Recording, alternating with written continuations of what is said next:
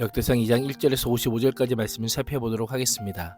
역대기는 바벨론 포로에서 돌아온 이스라엘 백성들을 향해 기록된 성경으로 창조부터 이스라엘 왕정까지 긴 역사를 기록합니다. 이를 통해 이스라엘을 자기 백성으로 삼으신 하나님께서 창조 때부터 이스라엘의 하나님이요 구원자임을 강조합니다. 1장 아담부터 9장 이스라엘 포로 귀환까지의 족보는 하나님의 구원은 여전히 계속되고 있으며 하나님께서 주신 번성의 축복을 증명합니다. 1절과 2절은 이스라엘의 12아들입니다. 2장에서 8장까지는 언약의 후손인 이스라엘 자손의 족보가 본격적으로 언급됩니다. 이스라엘 자손 족보는 미약한 공동체가 혈통적으로는 야곱의 자손이요 영적으로는 하나님의 언약 백성이라는 정체성을 강조합니다. 창세기에도 야곱의 아들들에 대한 기록이 언급되지만 창세기의 경우 아내들의 순수에 따라 아들들의 이름이 기록되어 있는 반면 역대상은 아내의 이름이 제외되어 있습니다. 이스라엘 12아들의 각 지파의 기초를 이루며 하나님께서 아브라함과 맺으신 언약이 이들을 통해서 성취되는 하나님의 역사임을 보여줍니다. 또한 이 족보는 특별히 포로 귀환 이후 공동체를 향한 중요한 메시지를 알려줍니다.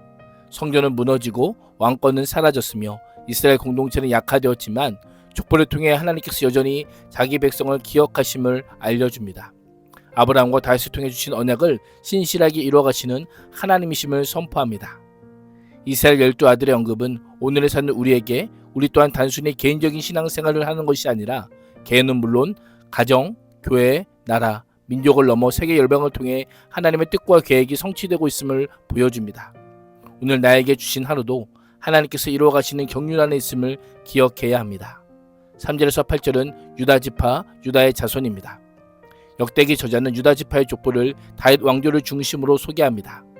포로기 이후 유다 공동체는 현실적으로는 다윗 왕조가 무너지고 나라가 사라진 상황에서 하나님 나라의 소망이 멀어진 것처럼 보였습니다. 이러한 현실 속에서도 하나님 약속은 변하지 않을 뿐 다윗 왕조를 통해 하나님의 구원 역사가 이루어지고 있음을 계속해서 강조하고 있습니다. 3절 이하는 12지파 가운데 다윗 왕거를 배출한 유다지파 중에서도 헤스본 계열의 계보를 소개합니다. 3절은 유다가 가나안 여인 수아와 결혼한 것과 그 사이에서 태어난 아들들 가운데 장자인 에르가 어떤 면에서 악하였는지를 알 수 없지만 여호와 보시기에 악하였으므로 여호와께서 죽이셨다라고 합니다. 본문에는 언급되지 않지만 유다의 둘째 아들 오나는 형수와 동치마의 후손을 생산하라는 유다의 명을 어김으로 하나님에 의해 죽임을 당합니다. 당시 형이 아들이 없이 죽으면 아과 형수와 동치마의 형의 가문의 대를 잇게 하였습니다. 그러나 오나는 그 물을 거역했기에 죽임을 당한 것입니다. 하나님께서 택하신 유다 지파이지만 그 가문이 결코 의롭거나 특별하지 않습니다. 도리어 성경은 그들의 잘못과 죄악을 기록합니다. 유다 가문의 부끄러운 과거에도 불구하고 그 가문을 통해서 하나님께서 메시아를 보내시고 구속 역사를 이루어 가십니다. 하나님의 구속 계획을 성취하기 위해 예수 그리스도를 보내시고 죄인을 위한 구속 사역을 완성해 가십니다. 우리의 연약함과 실패에도 불구하고 약속하신 바를 신실하게 이루시는 미쁘시고 은혜로우신 하나님이십니다. 나의 연약함과 부족함에 주목하지 마시고 그런 나를 포기하지 않으시는 성실하신 하나님께 주목하는 인생이 되기를 축복합니다. 9절에서 17절은 유다지파 헤스론의 아들 람의 자손입니다. 다윗을 포함하는 베레스의 아들 헤스론의 후손들을 소개합니다. 10절에서 12절은 헤스론의 차자인 람에서 다윗의 아버지인 이새까지의 족보를 소개합니다. 지금까지 수평적으로 형제관계를 언급하는 형식을 취하다 혈통적 수직적 관계를 보여주는 직계 족보로 전환하여 언급합니다. 아마도 족보에 언급되는 인물들이 다윗의 언약의 당사자인 다윗의 직계 조상들이었기 때문으로 보입니다. 역대기의 주요 기록 목적은 이스라엘 여전히 하나님의 백성임과 이스라엘 향한 하나님의 약속이 변함이 없음을 강조하므로 포로기 이후 절망 가운데 있는 이스라엘을 다시 일으켜 세우기 위함입니다. 그 중심에는 다윗이 있습니다. 사무엘상 7장 16절은 내 집과 내 나라가 내 앞에서 영원히 보존되고 내 왕위가 견고하리라 라고 하셨다라고 하며 다윗이 위대하기 때문이 아니라 다윗과 언약을 맺으신 하나님께서 그 언약을 신실하고 성실하게 이루어 가실 것이라는 분명한 소망이 있기 때문임을 강조하고 있습니다. 18절에서 24절은 유다지파 헤스론의 아들 갈렙의 자손입니다. 헤스론의 아들 갈렙의 족보는 아내 아수바와 에브렛에 따라 나옵니다. 모세의 성막과 관련된 부살렐이 이르는 족보를 먼저 소개하는 것은 저자가 예루살렘의 제사 제도와 성전에 대한 관심이 크기 때문인 것으로 보입니다.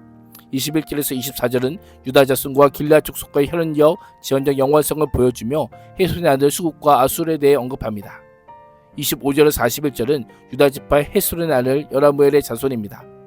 헤스론의 둘째 아들 람은 다윗의 조상이 되었고 셋째 아들 갈렙 즉 글루벤은 유다 지파의 탁월한 가문들의 조상이 되었습니다. 이에 반해 헤스론의 장남 여라무엘은 성경이 다른 곳에서도 언급되지 않습니다. 아마 여라무엘의 자손들은 모두 미비한 존재로 그 삶의 말씀과 헤스론의 장자 가문임에도 불구하고 아주 미약한 가문이 되었음을 시사합니다. 보통 장자 가문이 2배의 기업을 받음에도 불구하고 이렇게 미미하게 된 이유가 무엇일까요? 성경이 분명히 그 이유를 밝히진 않지만 추정컨대 하나님 보시기에 바른 삶을 살지 않았던 것으로 보입니다. 이방인들과 접촉하며 세상과 손을 마주함으로 신앙이 변질되었던 것입니다.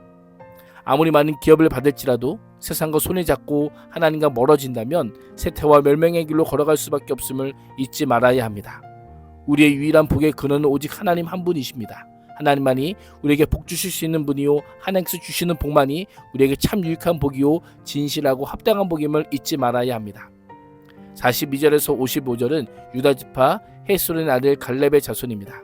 18절에서 24절 추가된 갈렙의 족보로 42절 49절은 갈렙의 이름 없는 아내와 첩 에바와 마아가의 아들 족보이며 50절에서 55절은 다른 아내 에브라다의 장남 훌의 족보입니다. 유다지파의 족보에는 단순히 왕권의 계보만이 아닌 성경과 관련된 인물도 포함되어 있습니다.